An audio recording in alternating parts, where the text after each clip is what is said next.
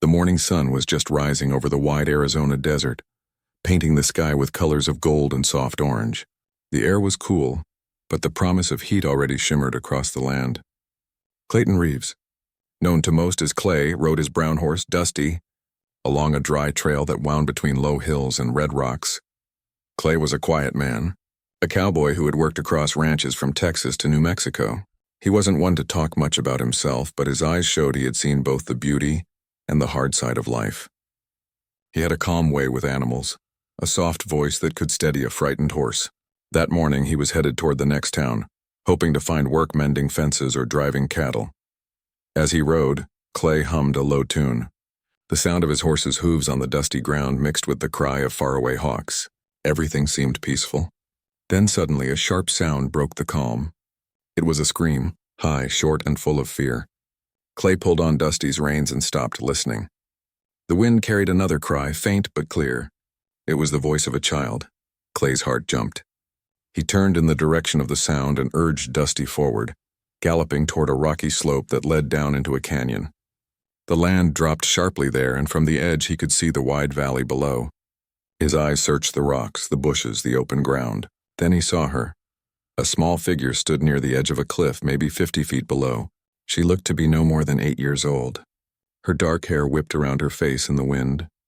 She wore a simple dress of soft buckskin, and her bare feet were bleeding from climbing over sharp stones. Clay could tell at once she was an Apache child. Her people lived not far from this region. But what made his breath catch was not the child. It was what hovered above her. A giant golden eagle circled in the sky, letting out a fierce cry. Its wings spread wider than a man's arms, and each time it dove, the girl threw up her hands and screamed. She must have climbed too close to its nest, Clay thought. Eagles were proud creatures, and when they felt their home or their young were in danger, they attacked without fear. The girl tried to move back, but her foot slipped, sending small rocks tumbling over the edge. Clay didn't think twice. He pulled his lasso from his saddle horn, checked the rope quickly, and started down the slope. The ground was rough, and Dusty had to pick his way carefully. Halfway down, the eagle dove again, straight toward the girl. "Hey!" Clay shouted, waving his arm. "Over here, you big bird!" The eagle turned for a moment, distracted by the noise, but then it swooped again. The girl screamed and stumbled. Clay kicked Dusty hard. The horse leapt the last few feet to the bottom, landing in a spray of sand. Clay swung the rope, his arm moving by instinct. The eagle came low, its talons stretched. Clay threw the lasso, the loop flying through the air. It caught the bird's wings just as it reached the girl. The eagle screeched and fought the rope, beating the air with wild power. Clay's arm burned from the pull, but he held tight. "Get back, little one," he called. The girl crawled away, pressing herself against a rock. The eagle twisted free and came at Clay, fury in its eyes. Its claws raked his sleeve, tearing the cloth and scratching his arm. Dusty reared up, kicking the air.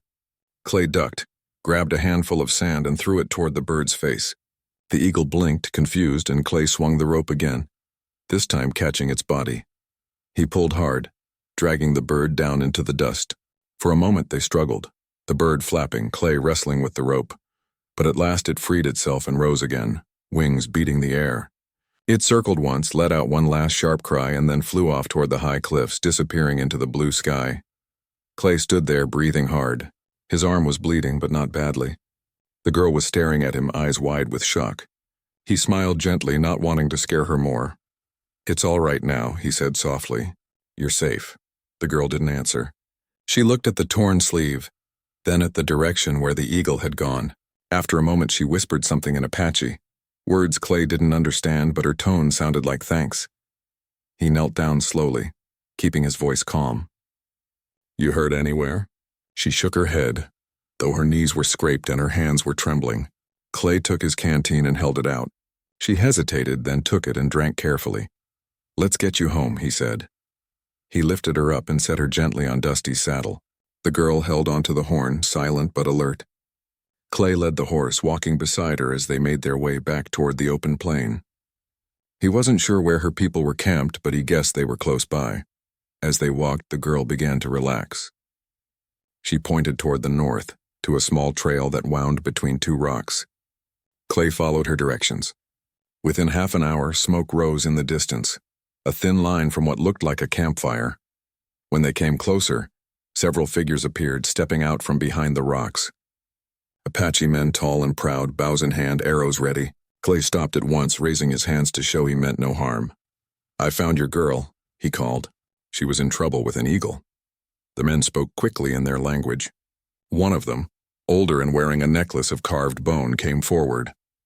The child slid off the horse and ran to him, crying out in relief. The man knelt, hugging her tightly. Then he looked up at Clay, his dark eyes sharp but not unkind. One of the younger warriors came closer, studying the cowboy's rope, his hat, his horse. Clay stayed still, his voice calm. "She's safe. That's all I wanted." After a tense moment, the older man nodded slightly. He said something to the others, and they lowered their bows. The girl spoke rapidly to him, pointing toward the cliffs.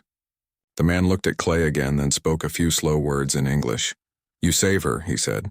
"You brave man." Clay gave a small shrug. "Just did what anyone would do." From behind the men, a woman stepped forward. She was tall, with strong features and long dark hair braided over her shoulder. Her dress was made of soft tan leather, and her eyes shone with quiet strength. The child ran to her, clinging to her waist. The woman bent down, touching her daughter's face, making sure she was unharmed. Then she looked at Clay. For a moment, they just studied each other. The cowboy, dusty and bleeding from the eagle's claws, and the Apache mother, proud and watchful. She spoke softly to the elder, who nodded.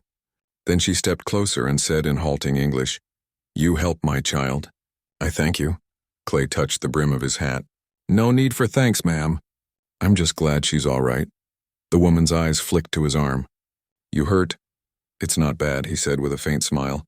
"I've had worse from barbed wire." She called to one of the young men, who brought a small clay jar. She dipped her fingers inside and spread a cool green paste over his arm. The sting faded at once. "Herbs," she said simply. "Help heal." Clay nodded. "Thank you." The sun was lower now, and the shadows stretched long over the desert. The Apaches offered him food, some bread made from corn and a piece of roasted rabbit. Clay ate a little, mostly to show respect. He could feel the child's eyes on him the whole time, curious and trusting. When he finally stood to leave, the elder man walked with him to his horse. "You good man," he said again. "Not all white men kind." Clay didn't know what to say. He only nodded, tightening Dusty's reins. As he mounted, the child ran up and pressed something into his hand.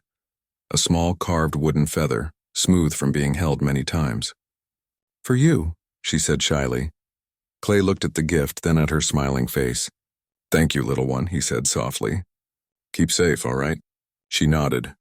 As Clay rode away, he glanced back once. The woman stood beside her daughter, watching him. The wind lifted her dark hair as the sun slipped behind the mountains. For a long moment, their eyes met across the wide space. Then she raised her hand in a silent gesture of thanks. Clay touched his hat again and turned toward the horizon. The sky was deep red now, and night would soon cover the desert. But his thought stayed with the child and her mother, the bravery of one, the quiet strength of the other, and the wild cry of that eagle that had brought their paths together. He didn't know that this was only the beginning, that the next day would change both their lives forever. The first light of dawn spread across the desert like a soft golden blanket. The air was cool and quiet, except for the sound of Clay Reeves's horse moving slowly through the dry grass. Clay hadn't slept much. He had spent the night a short distance from the Apache camp, near a small stream where the water whispered over the stones. He had wanted to leave the evening before, but the Apache elder had insisted he stay until morning. They wanted to make sure the eagle's wounds on his arm were properly cleaned. Clay didn't argue. Truth was, he was tired, and the kindness they'd shown him had touched him more than he expected. As he packed his saddle that morning, his arm ached, but the herbs the woman had used worked well. The pain was fading, leaving only a faint sting and a line of scratches. He smiled to himself, thinking about the little girl's bravery. For someone so young, she had faced fear with quiet strength. He thought he'd slip away quietly at sunrise, not wanting to disturb anyone, but as he tied the last strap on his saddle, a small voice called out behind him, "Cowboy!" He turned and saw the same child running toward him, her long hair flying. She was barefoot again, but smiling wide. Behind her came her mother, walking slowly, the morning light touching her face. Clay waited as the girl reached him, holding out something wrapped in cloth. "For you," she said shyly. He opened the small bundle and found a piece of dried meat and a tiny corn cake inside. "Thank you," Clay said warmly. "You didn't have to do that," she grinned. "Mama say you need food for road." Clay looked up at her mother, who stopped a few steps away. The woman's eyes met his, calm and kind but full of thought. "You leave now?" she asked in her quiet English. "Yes, ma'am," Clay said, tightening his belt. "Got a long ride ahead. Work to find." She nodded, her gaze drifting to his arm. "Wound better?" "Much better," he said, smiling. "Your medicine did the trick." The little girl tugged on her mother's hand. "Mama, can he stay?" The mother looked down, then back at Clay. There was a flicker of something in her eyes, something between gratitude and sorrow. Clay gave a small laugh. "You're kind, little one, but I don't belong here. Your people got their ways and I've got mine." The child looked disappointed, but her mother spoke softly in their language and the girl nodded. Though her face fell, Clay started to mount his horse, but the woman stepped forward. "Wait," she said. He paused, surprised by the strength in her voice. She hesitated for a moment, as if choosing her words carefully. Then she said, "You brave man. You saved child. In my people's heart, that means something." Clay looked down, unsure what to say. "I just did what anyone should have done." She shook her head. "Not anyone. Many see danger, they ride away. You stay. You fight." He could see the emotion in her eyes now. She looked at the earth, then back at him. "My husband. He died last winter, fever, hard year. I live for my child only. You give her life again." Her voice trembled slightly, though she kept it steady. "So I say to you, if you want, I will be yours. Not as debt, as thanks, as choice." For a long moment, Clay just stared at her, not sure he had heard right. The wind moved gently through the grass, and a hawk cried far above. "Ma'am," he said finally, his voice low. "That's mighty kind, but you don't owe me anything. What I did, it was right, that's all." She lifted her chin slightly. "You think I speak for debt? No, I speak from heart. You good man. You save what I love most. You alone in this land?" He gave a small smile. "Yeah, I reckon I am." "Then we both alone," she said quietly. "Maybe not need be." Clay looked away toward the horizon. He had spent most of his life moving from one place to another. Ranches, cattle drives, small towns. Never long enough to call any of them home. The offer in her words felt strange and heavy, like something rare and real. But he also knew the world they lived in. White men and Apache women didn't just start families without trouble following. He didn't want to bring her harm or her child either. He sighed softly. "You got a good heart, ma'am, but I'm a drifter. My trail's not one you'd want to follow." She didn't answer for a while. Then she said, "Maybe trail, not matter of spirit, true." He smiled, touched by her words, but shook his head. "I'll remember what you said, more than you know." The little girl hugged his leg suddenly, surprising him. "Goodbye, cowboy." He knelt and brushed her hair back gently. "You be brave now, you hear? Keep watch for eagles and listen to your mama." She giggled, nodding. Clay stood, swung into the saddle, and gave a small salute with his hat. "Thank you for the food and the kindness." The mother, Nita, he finally remembered the elder calling her that, stepped forward. "Wait." She took a thin leather string from around her neck. On it hung a small stone shaped like a bird. She placed it in his hand. "For luck," she said softly. "Keep Sky watching over you." Clay looked at it for a long time. Then he said, "I'll take care of it." He tucked the charm into his pocket, touched his hat again, and rode off slowly toward the rising sun. The day grew hotter as the hours passed. Clay rode for miles, his thoughts tangled like desert weeds. He couldn't stop seeing Nita's face, the quiet strength there, the way she had offered her heart without fear or pride. He admired that. Few people in this harsh land had such courage, not even most men he'd known. By noon, he stopped under a lone mesquite tree for shade. He drank some water, took out the corn cake, and ate it slowly. Each bite reminded him of that camp, of the little girl's smile. He took the stone charm from his pocket and studied it again. It was simple but carefully shaped, worn smooth by years of touch. As he sat there, a light wind carried the faint sound of an eagle's cry in the distance. He looked up, half expecting to see the same bird from before circling high above the desert cliffs. It was a reminder of that strange moment that had tied 3 lives together. He wondered if Nita was thinking of him, or if by now she had gone back to her daily life. Maybe it was better that way, he thought. Still, something inside him felt unsettled. For years, he'd moved from place to place without a second thought. But now, for the first time, he felt the quiet pull of belonging somewhere. He stayed there until the sun began to drop, painting the desert in soft red light. Then he stood, mounted Dusty again, and continued his journey.